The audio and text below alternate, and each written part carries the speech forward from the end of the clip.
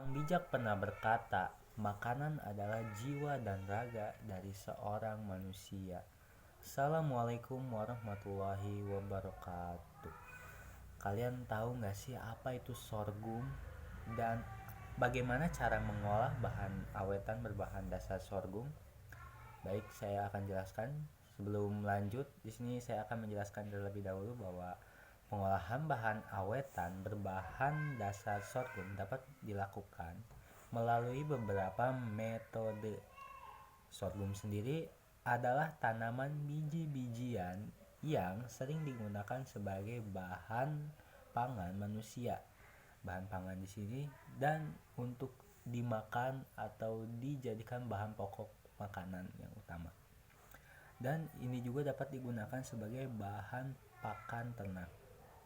Dan berikut ini adalah beberapa metode pengolahan bahan awetan sorghum. Yang pertama ada cara fermentasi. Apa sih fermentasi itu? Fermentasi adalah metode pengolahan yang umum digunakan untuk mengawetkan sorghum. Dengan proses fermentasi ini dapat mengubah karbohidrat dalam sorghum menjadi senyawa asam. Nah, senyawa asam ini seperti asam laktat, asam asetat, dan asam priopionat.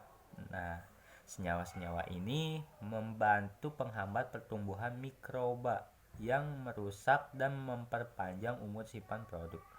Fermentasi sorghum dapat dilakukan dengan menggunakan kultur starter seperti ragi atau bakteri asam laktat.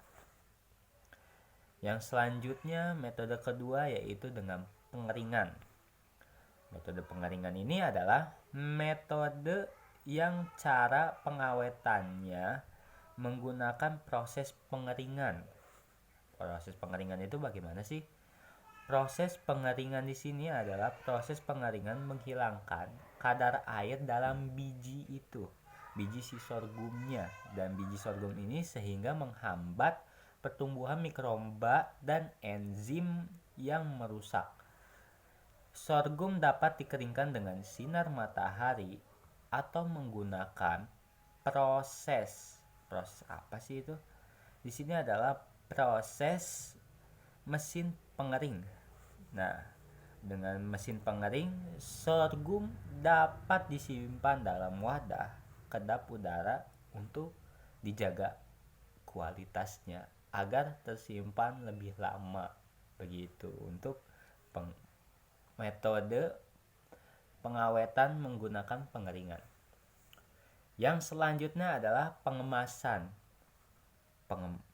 Mohon maaf, di sini bukan pengemasan ya, pengasaman. Oke, pengasaman.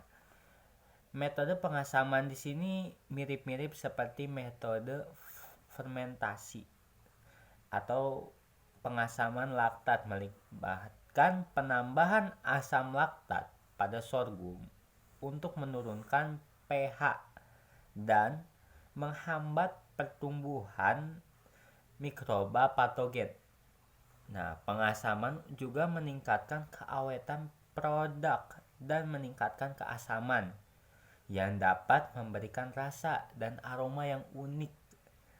Sorghum yang diawetkan dengan metode ini dapat digunakan dalam berbagai hidangan seperti acar dan juga asinan.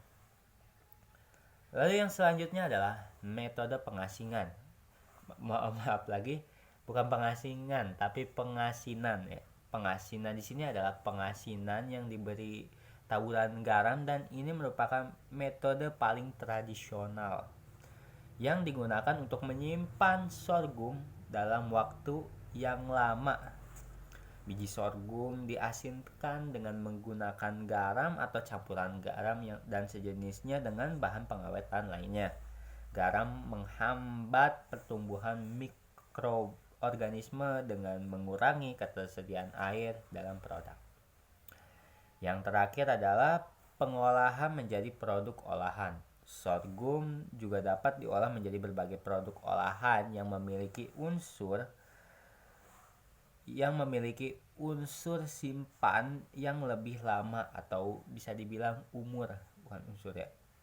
Seperti tepung sorghum, mie sorghum atau biskuit sorghum, dan pengolahan ini melibatkan pemrosesan sorghum menjadi bentuk yang lebih praktis dan tahan lama. Dengan menggunakan teknik seperti ini, bisa juga digunakan beberapa teknik lainnya seperti penggilingan, penggorengan, atau juga pengeringan. Kesimpulan yang bisa diambil adalah bahwa sorghum ini merupakan bahan makanan pokok yang biasa digunakan sebagai makanan penting bagi manusia, dan sorghum ini memiliki metode pengolahan bahan dasar awetan dengan 5 macam, yaitu yang pertama ada fermentasi, pengeringan, pengasaman, pengasinan, dan juga yang terakhir ada pengolahan menjadi produk olahan. Penting untuk menjaga kebersihan dan kualitas bahan baku sorghum yang digunakan dalam proses pengolahan ini agar mendapatkan hasil awetan yang baik. Selain itu, penting juga untuk memperhatikan kondisi penyimpanan dan pengemasan produk sorghum yang telah diolah agar tetap segar dan aman dikonsumsi. Sekian dan terima kasih.